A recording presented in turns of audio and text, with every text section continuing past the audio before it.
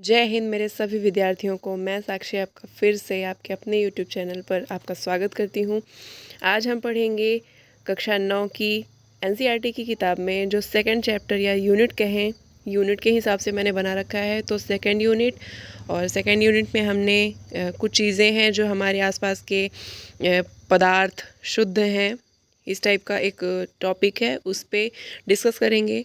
तो पहली चीज़ हम देख लेते हैं कि इन्हें सब कोई अपनी नोट्स तैयार करेंगे, नोट्स बना के रखेंगे।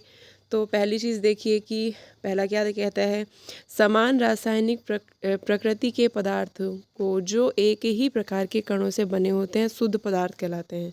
ठीक है, तो पदार्थ की परिभाषा लिख लीजिए कि समान रासायनिक प्रकृति के तत्वों को जो एक ही प्रकार के कणों से बने हुए होते हैं शुद्ध पदार्थ कहलाते हैं। फिर दूसरा सेकंड डालिए कि मिश्रण दो या दो से अधिक शुद्ध पदार्थों के मेल से बने पदार्थ को मिश्रण कहते हैं, जैसे जल में चीनी, रक्त, वायु और बालू नमक का मिश्रण आदि। अगला समुद्र का जल, खनिज, मिट्टी आदि, ये सभी उसके उदाहरण हो सकते हैं। फिर किसी पदार्थ को अन्य प्रकार के तत्वों में भौतिक प्रक्रम द्वारा अलग नहीं किया जा सकता, ये शुद्ध पदार्थ होते हैं, जैसे सोडियम क्लोराइड, चीनी आदि। ठीक है, तत्वों की परिभाषा लिखिए कि तत्व किसी पदार्थ का वह मूल रूप होता है जो एक ही प्रकार के रासायनिक प्रकृति के बने होते हैं और जिसे किसी भी भौतिक या रासायनिक प्रक्रम के द्वारा अलग नहीं किया जा सकता, तत्व कहलाते हैं, जैसे लोहा, ऑक्सीजन, सल्फर, सोना चांदी इत्यादि। ठीक है, तो ये एक ही प्रकृति के होते हैं और इन्हें अलग नहीं किया जा सकता। फिर है यौगिक, दो या दो से अधिक तत्वों के मेल से एक निश्चित अनुपात में रासायनिक प्रक्रिया द्वारा बने पदार्थों को यौगिक कहते हैं। ठीक है, जैसे हो गया जल, नमक, चीनी, एल्कोहल, कार्बन डाइऑक्साइड इत्यादि। ठीक है, तो इस तरीके से हम देख लेंगे कि ये यौगिक हैं।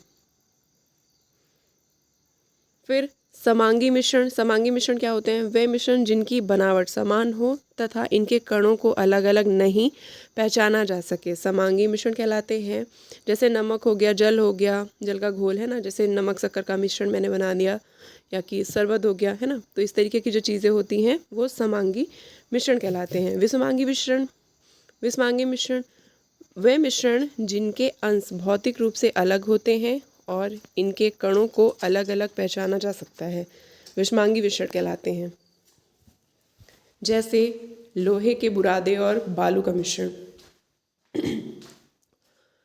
दो या दो से अधिक पदार्थों के समांगी मिश्रण को विलयन कहते हैं। तो ये हो गई विलयन की परिभाषा।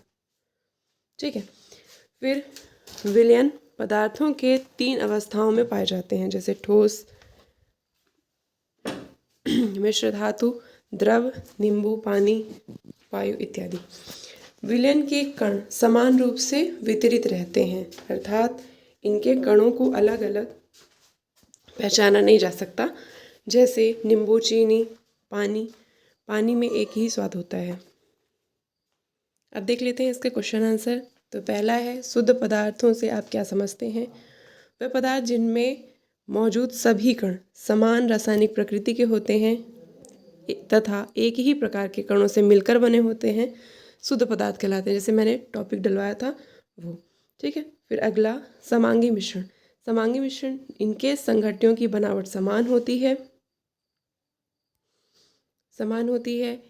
विषमांगी मिश्रण इनके संघट्यों की बनावट भौतिक दृष्टि से अलग होती है।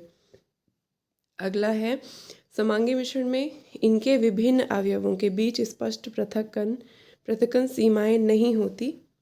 विषमांगी में होता है कि इनके विभिन्न अवयवों के बीच पृथक्कन सीमाएं होती हैं। उदाहरण, जैसे शक्कर और चीनी का विलयन, ये हो गया समांगी मिश्रण, और सोडियम क्लोराइड इसका, और लोहे की छीलन, ये हो गया विषमांगी मिश्रण का उदाहरण। उदाहरण के साथ समांगी और विषमांगी मिश्रणों में भेद कीजिए, तो हमने देख ही लिया। फिर विलयन, निलंबन और कोलाइड एक दूसरे से किस प्रकार भिन्न होते हैं। तो विलयन को अब अंडरलाइन करके लिख लेना है कि विलयन दो या दो से अधिक पदार्थों का समांगी मिश्रण होता है, इनके कणों में समांगीयता होती है। तीसरा, इनके कण इतने सूक्ष्म होते हैं कि आँख से नहीं देखे जा सकते। चौथा है विलयन में प्रकाश का मार्ग दिखाई नहीं देता। पांचवा, छानने की विधि द्वारा विलयन के कणों को विलयन से पृथक नहीं किया जा सकता। छठवा होता है ये स्थायी होते हैं। ठीक है, फिर आते हैं हम निलंबन में। यह एक विषमांगी मिश्रण होता है। दूसरा, इनके कणों में समांगीता नहीं होती। तीसरा, इनके कण बड़े होते हैं और ये आंखों से देखे जा सकते हैं। चौथा, इनके निलंबन कण प्रकाश के किरण को फैला देते हैं। पांचवा, इन्हें छानने की विधि से अलग किया जा सकता है। ये अस्थायी होते हैं। कोलाइड क्या होते हैं? कोलाइड यह भी एक विषमांगी मिश्रण होता है जिसके कणों में भी समांगीता नहीं होती। इनका आकार छोटा होने के कारण इन्हें आंखों से देखा नहीं जा सकता। चौथा है कि ये प्रकाश के मार्ग को दृश्य बनाते हैं और टिंडल प्रभाव दिखाते हैं। छानने की विधि से इनके कणों को पृथक नहीं किया जा सकता। ये अस्थायी होते हैं। ठीक है, अगला क्वेश्चन बोल रहा है कि एक संतृप्त विलयन बनाने के लिए 36 ग्राम सोडियम क्लोराइड को 100 ग्राम जल में 293 केल्विन पर घोला जाता है। इस तापमान पर इसकी सांद्रता प्राप्त करें, है ना। तो ये एक क्रियाकलाप है और क्रियाकलाप देख लेंगे। ठीक है, तो थैंक्स फॉर वॉचिंग।